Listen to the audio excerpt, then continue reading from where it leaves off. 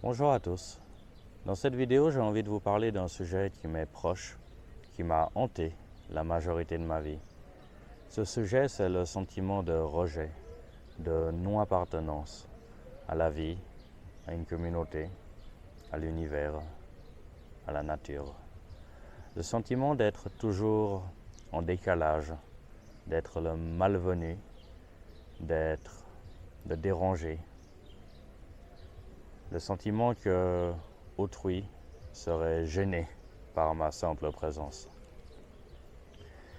Et cela m'a pris du temps à me rendre compte que ce sentiment de rejet était dû à des blessures que j'avais accumulées dans mon enfance, dans mon adolescence.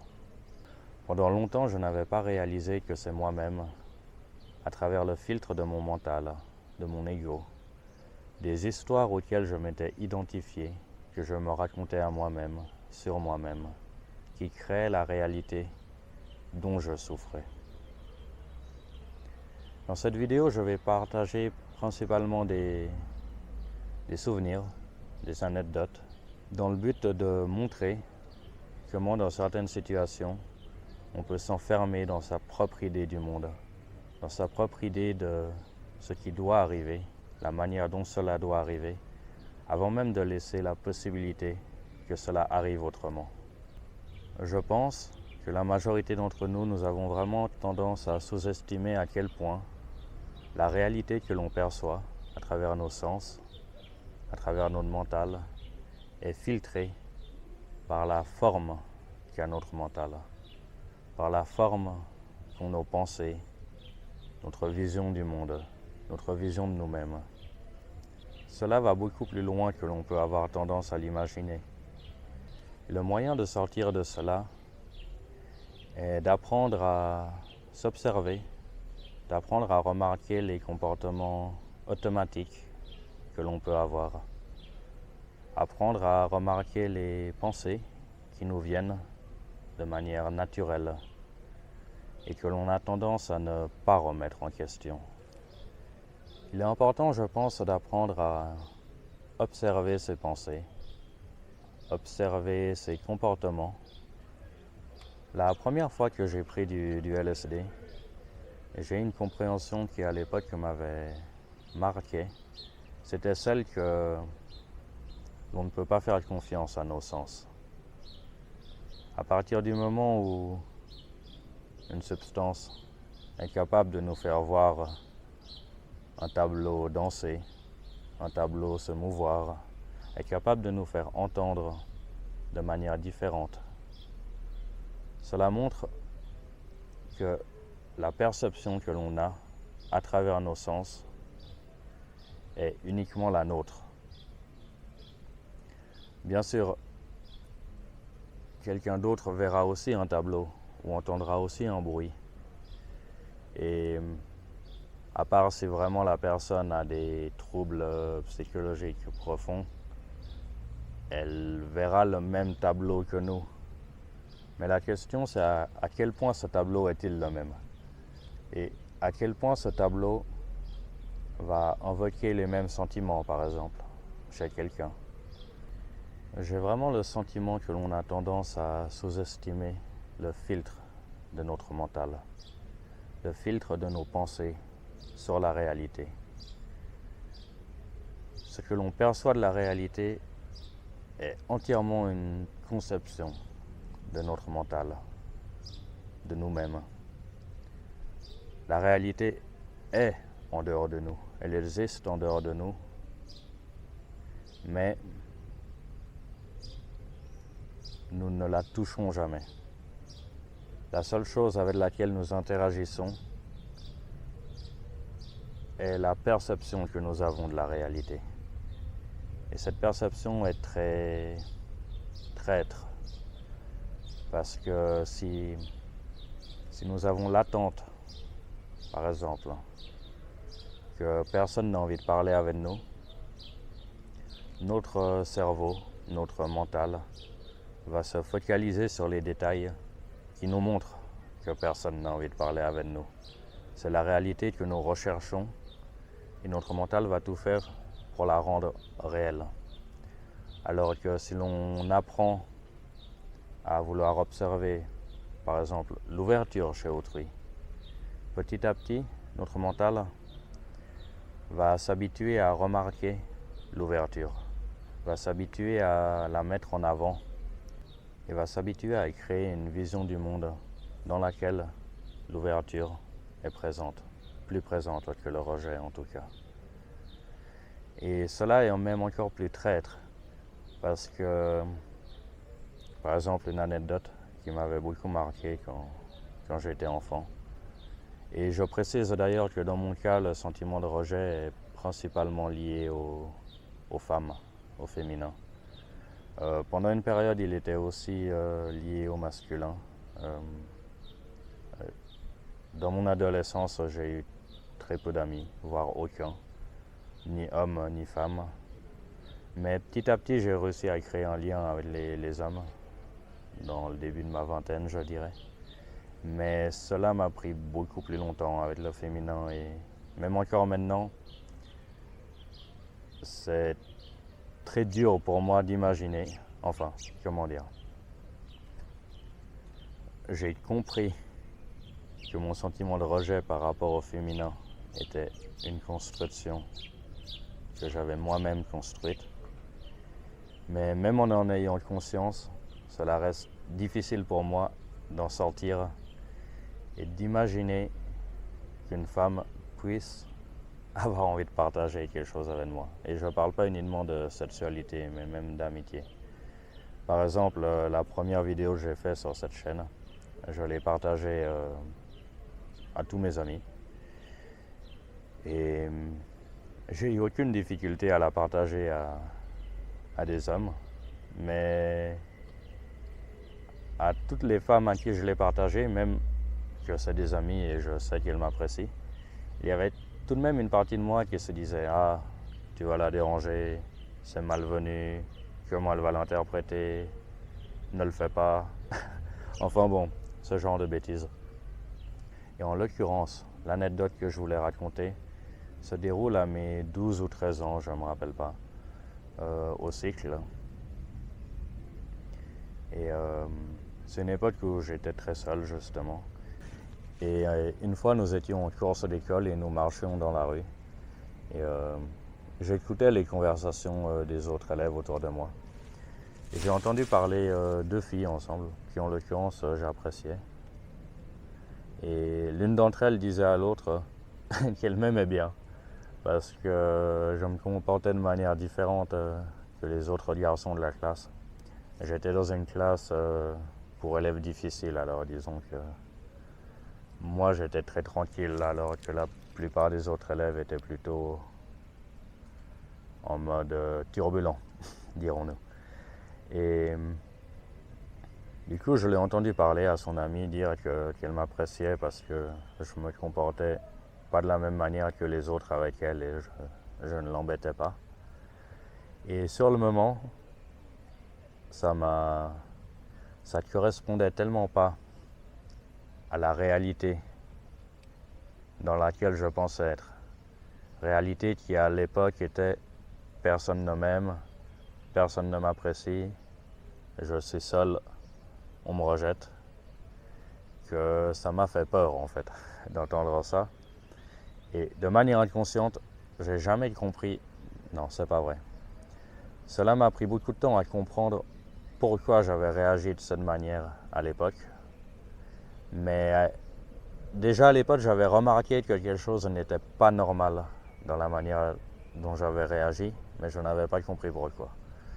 Et la manière dont j'ai réagi au fait d'entendre qu'une fille m'appréciait parce que je me comportais de manière différente que les autres garçons avec elle, ça a été bêtement de commencer à me comporter de la même manière que les autres avec elle. Parce que au moins, ça correspondait à la réalité dans laquelle je vivais, qui était on ne m'apprécie pas.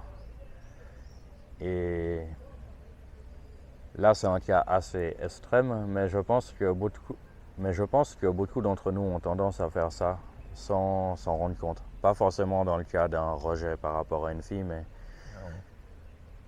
Si la réalité nous met en face de notre croyance et que l'on n'est pas prêt à changer ces croyances que l'on a sur nous-mêmes, que l'on a sur autrui, la manière dont le mental va réagir par rapport à ça, ça va être de changer la réalité, pas de changer la croyance. Parce que la croyance, il y est identifié. Pour lui, changer la croyance, c'est mourir, d'une quelque sorte. C'est déconstruire tout ce sur quoi il s'est construit.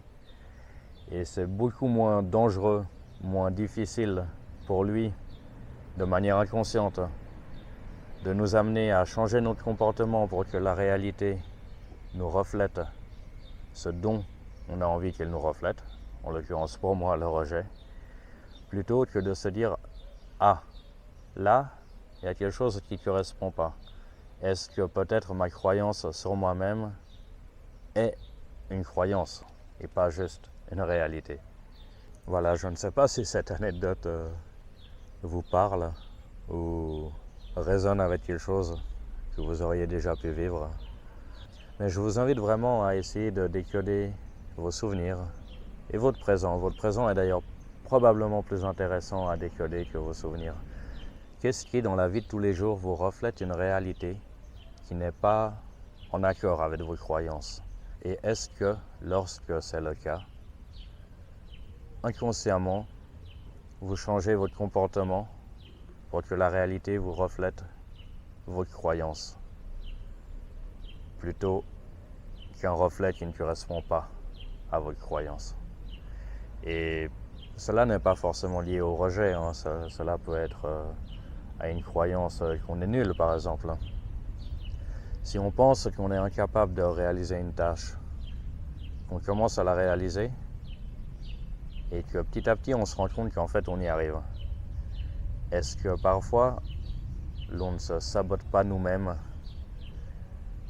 pour correspondre à la croyance que nous ne sommes pas capables de réaliser la tâche, plutôt que de changer la perception qu'on a de nous-mêmes, plutôt que de changer l'idée qu'on a de nous-mêmes que l'on n'est pas capable de réaliser cette tâche? Un autre exemple par rapport au rejet qui peut montrer à quel point, de nouveau, c'est notre mental qui crée la réalité dans laquelle nous sommes. C'était il y a 2-3 ans. Je marchais dans la rue avec ma compagne, mon ex-femme, et une fille est passée à côté de nous en vélo et m'a regardé. Et une fois qu'elle est passée, ma compagne m'a fait le commentaire Ah, t'as vu, la fille t'a maté en passant. Et, et moi, j'avais remarqué qu'elle m'avait regardé. Mais dans ma tête, ce qui m'était venu à l'esprit, c'est pourquoi elle me regarde comme ça? Est-ce que je la dérange? Est-ce qu'elle a un problème avec moi? Est-ce qu'il y a... Enfin, j'avais interprété ça de manière négative. Et quand j'ai partagé ça à ma compagne, elle m'a dit pas du tout. Après, moi, j'ai eu un peu de la peine à le croire. Même encore maintenant, il y a toujours une partie de moi qui se dit non, mais c'est pas vrai. Elle m'avait regardé de manière négative. En tout cas, c'est comme ça que je l'ai perçu. Et c'est comme ça que mon souvenir l'a enregistré. Mais pour ce qui est d'interpréter les comportements des gens ou leurs intentions, honnêtement, je ne suis pas très doué. Alors j'aurais tendance à penser qu'elle est plutôt douée pour ça, avait raison, et qu'en l'occurrence, la fille en question m'avait regardé de manière positive et pas négative. Et à nouveau, ça montre à quel point le mental va tout faire pour interpréter la réalité, pour interpréter le monde extérieur d'une manière qui correspond à l'image qu'il a, à l'image qu'il pense que cette réalité doit avoir. Et c'est absolument terrible, en fait, qu'on ne s'en rend pas compte. Parce que toutes les situations qui pourraient nous permettre de sortir d'une blessure, en l'occurrence pour moi le rejet, sont interprétées de manière à faire en sorte que ce ne soit pas le cas. Et je pense que avoir conscience de ça, avoir conscience que notre mental a cette capacité d'interpréter la réalité est vraiment une des portes de sortie de nos blessures. Une des portes de sortie des situations dans lesquelles on s'enferme tous les jours pendant des années, simplement parce qu'on n'est même pas capable de voir que c'est une construction mentale, que c'est nous qui interprétons la réalité de cette manière.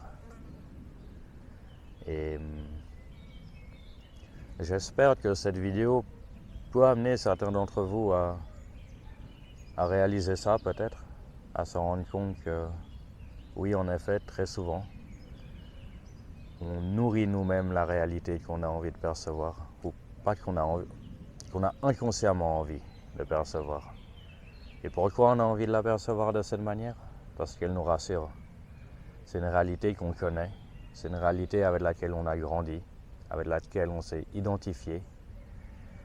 Et c'est rassurant.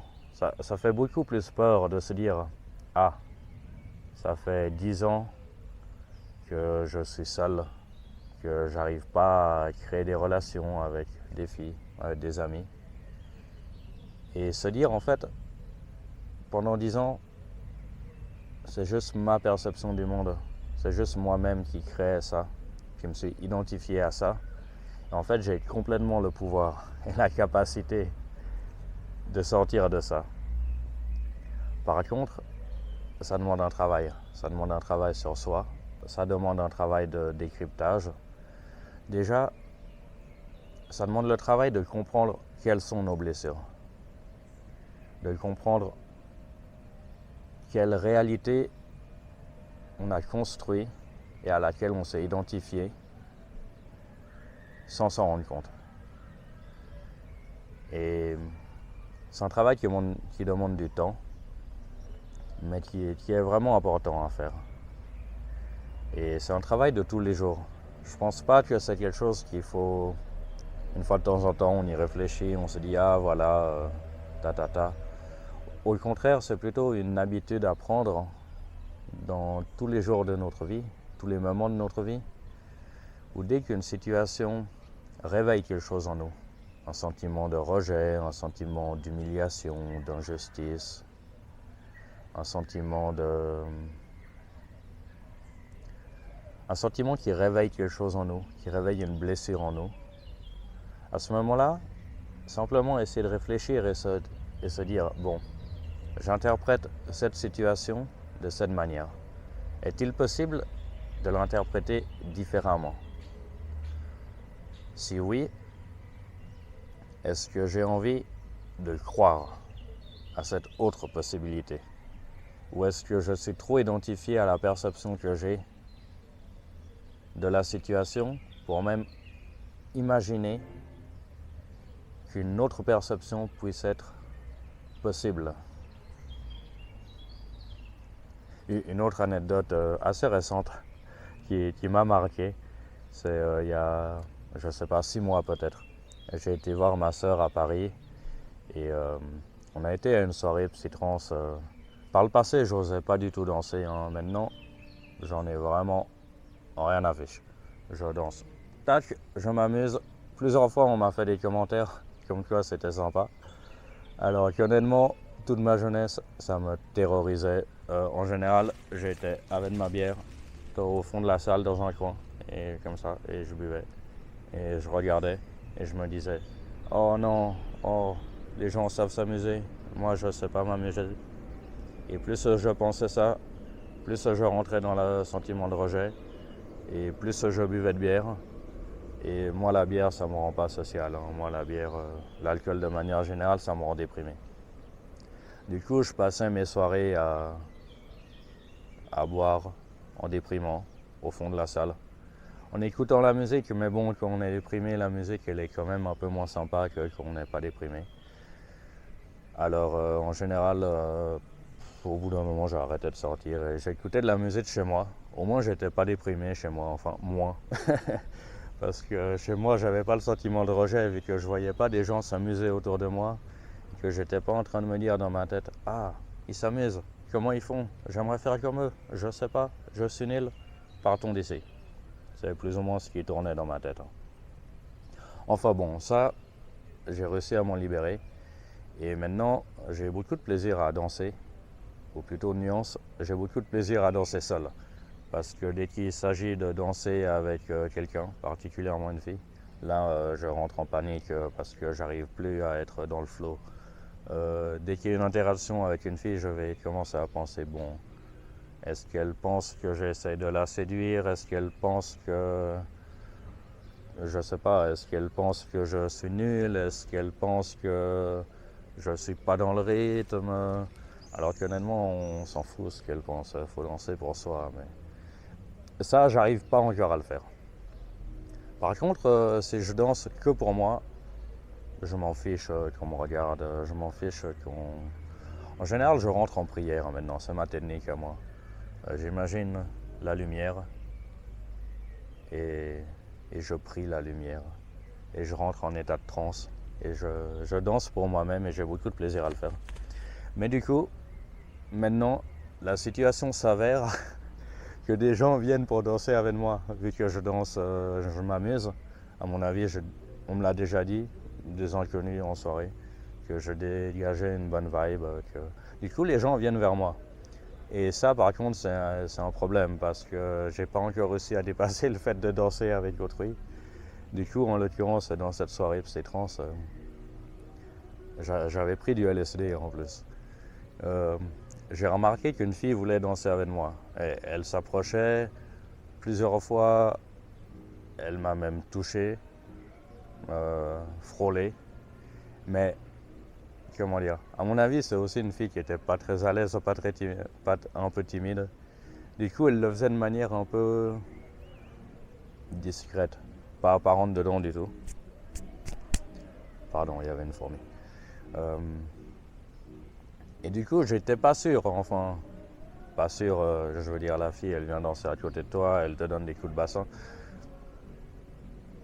Enfin, pas sûr, je veux dire. Elle est restée au moins 5 minutes à côté de moi à essayer de danser avec moi, à essayer de faire que je la remarque, à me frôler, à se rapprocher. Et honnêtement, ça m'a tellement terrorisé, je m'attendais tellement pas à ça, que je pourrais même pas vous dire la tête qu'elle avait. Pendant ces 5 minutes, j'ai utilisé toute mon attention à pas la remarquer. J'ai vu que ses jambes. Il n'y a pas une seule fois où j'ai osé la regarder dans les yeux. Tellement ça me paniquait parce que je me disais, attends, là, en l'occurrence, c'était la première fois qu'une fille, en général, c'est plutôt des mecs qui viennent pour s'amuser. Mais là, qu'une fille vienne comme ça essayer de danser avec moi, c'était la première fois et ça m'a terrorisé. Non, j'ai pas su réagir. La pauvre d'ailleurs, elle a dû sentir le rejet aussi parce que, en l'occurrence, elle était vraiment rejetée, pas parce qu'elle m'intéressait pas ou qu'elle n'était pas jolie ou qu'elle n'était pas gentille. Elle était rejetée parce que moi, ça me terrorisait de devoir interagir avec elle.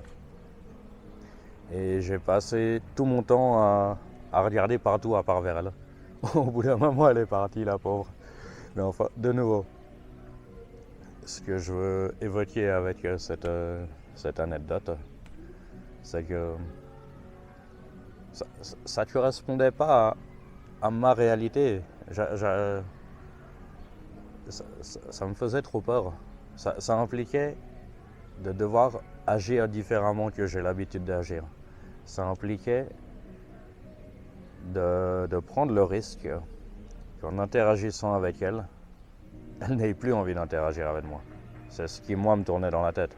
Je me dis, bon, elle vient danser vers moi, mais si je commence à danser avec elle, en fait, là, elle ne s'est pas encore rendue compte, mais elle se rendra compte que je suis nul, alors elle partira. C'est plus ou moins l'idée que j'avais en tête. Et du coup, c'est beaucoup moins blessant. Ça, j'ai remarqué, c'est une technique que j'ai pris pendant longtemps. C'est que je rejette l'autre avant qu'il me rejette. Comme ça, je ne suis pas rejeté et je ne suis pas blessé. Et je peux continuer à être là dans ma réalité. Ah, personne m'aime, mais au moins, c'est pas quelqu'un de précis qui m'aime pas. C'est moins blessant. En tout cas, c'est ce que mon mental s'est imaginé. Et du coup, c'est complètement la situation que j'ai créée. Volontairement, involontairement, j'avais conscience que j'étais dans l'évitement par rapport à elle. J'avais conscience que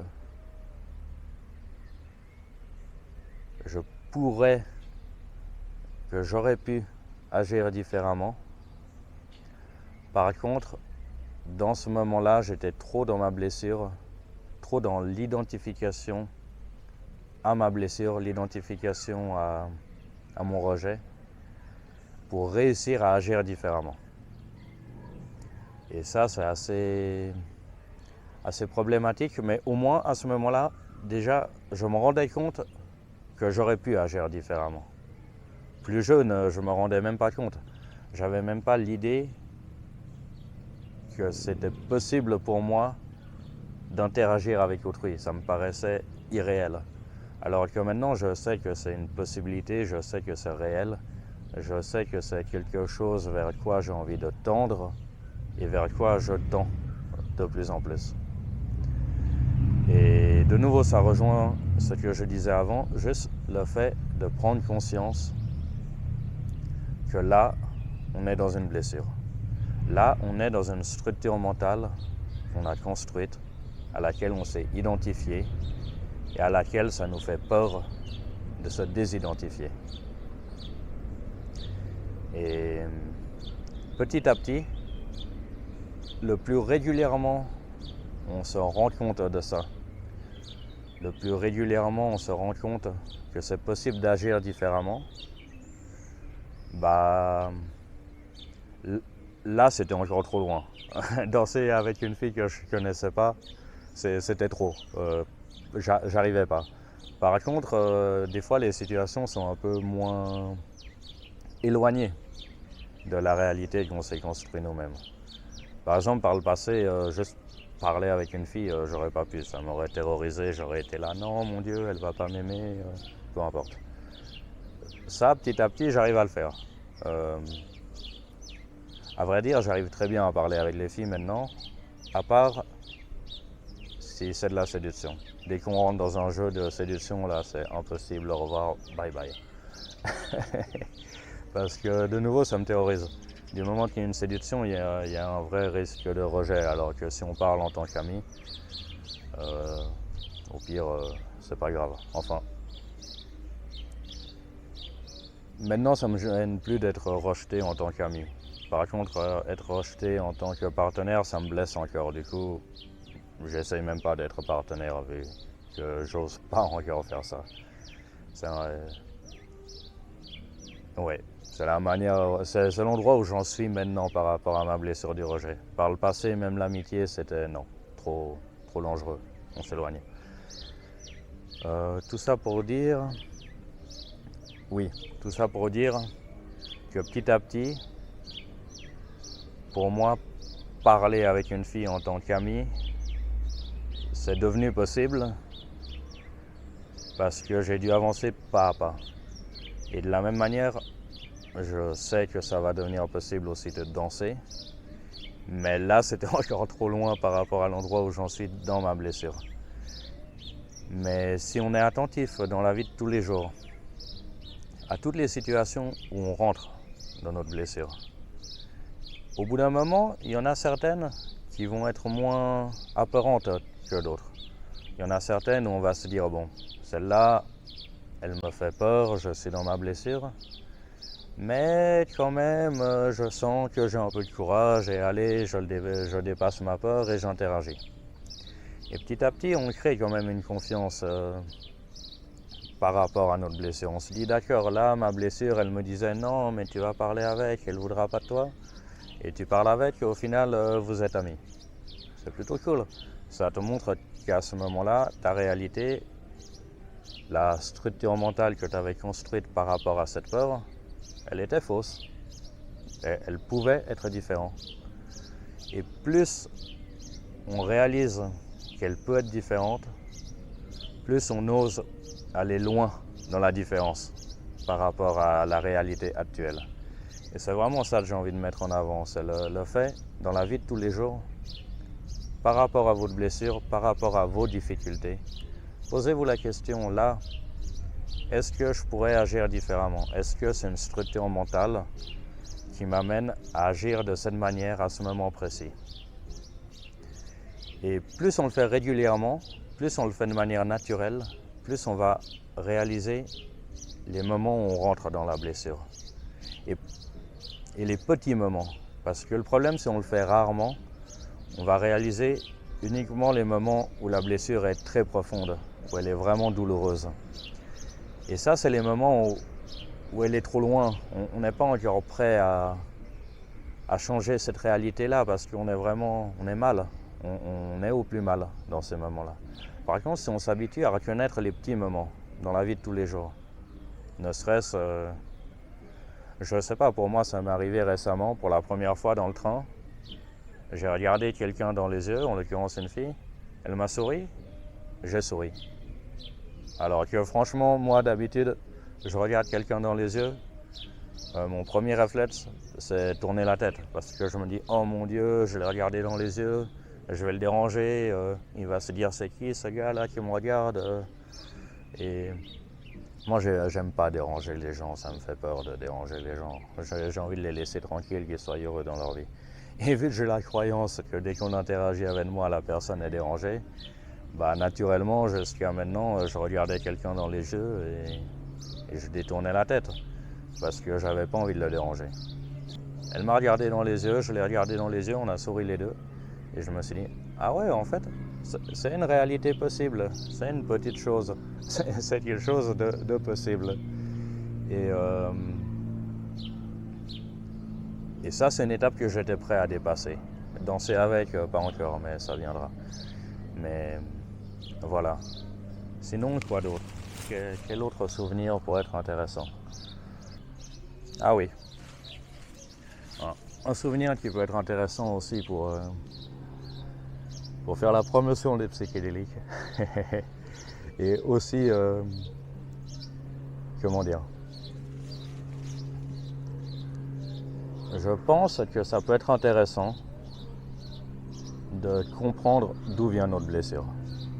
Il n'y aura jamais un point précis, mais si par exemple on comprend déjà de où ça vient dans l'enfance, de où ça vient dans notre passé, ça peut nous aider à nous rendre compte que c'est pas justifié en fait, que c'est une croyance qui a été bâtie sur une interprétation qu'un bébé ou qu'un enfant a fait d'une interaction qu'il a eue à cet âge-là et qui n'a jamais été remise en question depuis.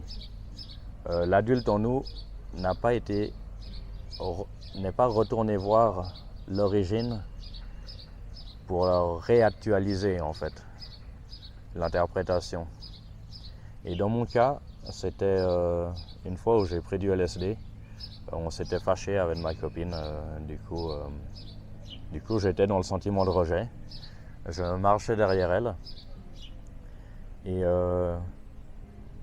je sais pas pourquoi, mais à ce moment-là j'ai pensé à sa poitrine.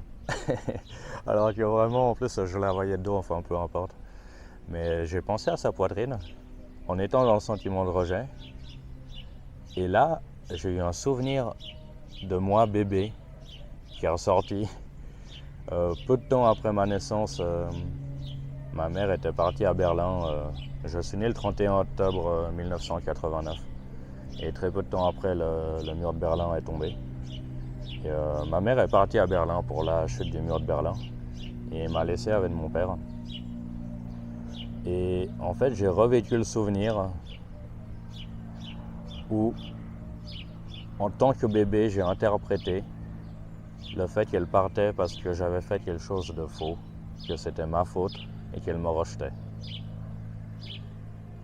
Et en l'occurrence, c'est pas du tout le cas. Ma mère, ma sœur, on a une très bonne relation et elle m'a toujours soutenu. Du coup, et elle m'a soutenu toute mon enfance et À part ce moment-là où elle est partie pour aller à Berlin, il n'y a pas eu de non-soutien de sa part. Mais ce moment-là a suffi à, à se marquer en moi et à me dire, en fait, les filles, les femmes ne veulent pas de moi. Et réinterpréter ce souvenir, honnêtement, ça m'a beaucoup aidé. De savoir que une partie de ma blessure venait de là, c'était déjà quelque chose qui m'a permis de réactualiser ma croyance par rapport au rejet des femmes. Un autre souvenir qui m'est aussi venu sous psychédélique, cette fois c'était avec de l'ayahuasca. Et de nouveau j'étais dans le rejet. Honnêtement, je suis très souvent dans le rejet dès que j'interagis avec des gens. Et là j'étais dans le rejet du coup. Et et je me suis dit que j'allais rentrer dedans complètement. J'allais essayer de plonger dedans et d'en ressentir l'origine, la source. J'avais déjà conscience des souvenirs que j'ai évoqués sous LSD, mais je me suis dit, essayons d'en trouver d'autres et essayons d'aller voir d'où ça peut venir, qu'est-ce qui peut ressortir, qu'est-ce qui peut expliquer ce rejet aussi profond. Et là, ce qui est ressorti pour moi, c'était au niveau, comment dire,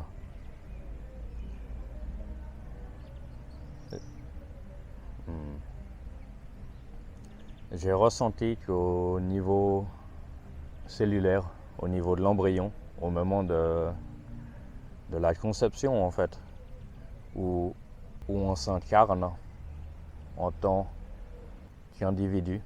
Je ne suis pas médecin, je ne pourrais pas dire à quel moment le fœtus, l'embryon, honnêtement, je ne suis pas trop sûr quel terme veut dire quoi.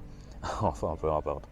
Mais le moment où on passe de 1 à 2 dans le ventre de la mère est le moment que j'ai revécu sous ayahuasca et j'ai ressenti que déjà à ce moment-là, j'ai senti cette division du 1 au 2 comme un rejet, comme A. En fait, je faisais partie du tout et le tout m'a rejeté. Le tout ne veut plus de moi en lui. Et ça, de nouveau, c'est une interprétation qui est fausse. Ces derniers temps, je me suis beaucoup intéressé à tout ce qui est non-dualité. Et en fait, on ne peut pas être hors du tout. On peut être une partie du tout individualisée, mais ce n'est pas un rejet de la part du tout. Ce n'est pas la chute du jardin d'Éden et Dieu qui dit à l'homme non, je ne te veux plus, sors de là. Au contraire, l'entièreté du monde, de l'univers, de la vie est divin, est le divin. Et il n'y a rien qui ne soit pas divin. Et c'est notre culture occidentale qui a tendance à interpréter ça comme un rejet. Alors que pas du tout. Aussi, comprendre cela, ça m'avait aidé par rapport à mon rejet. M'aider à me désidentifier de cette blessure, m'aider à me dire, vraiment, cette blessure, c'est une construction mentale.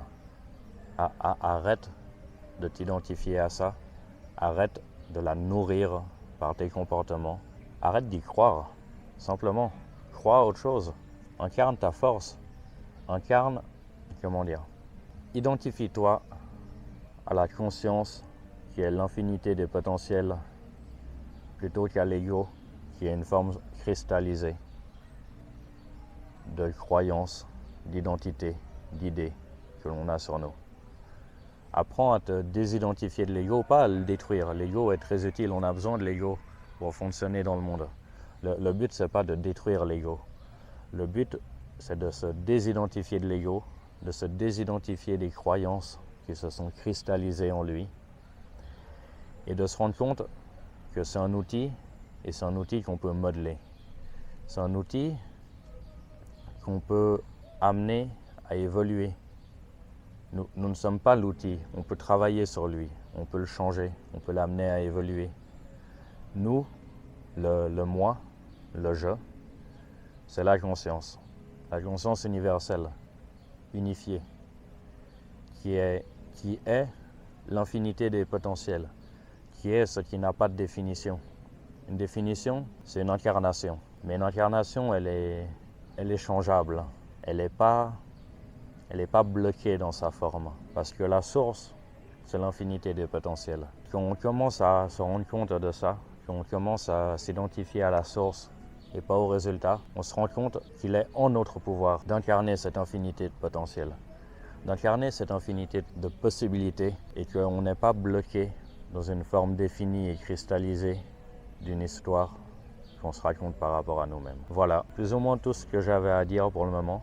Ça m'intéresserait beaucoup d'avoir vos retours et vos commentaires là-dessus, même des partages d'expériences, ou peu importe, ça me ferait plaisir d'interagir avec vous. Et j'espère que cette vidéo aura pu être utile, aura pu vous aider, peut-être voir votre situation, voir votre vie de manière plus ouverte, de manière moins cristallisée, de vous dire « Ah, il y a des choses en moi que je peux changer et que j'ai envie de changer, qu'il est possible de changer. » Alors voilà. Merci à vous pour m'avoir écouté et très bel été à vous.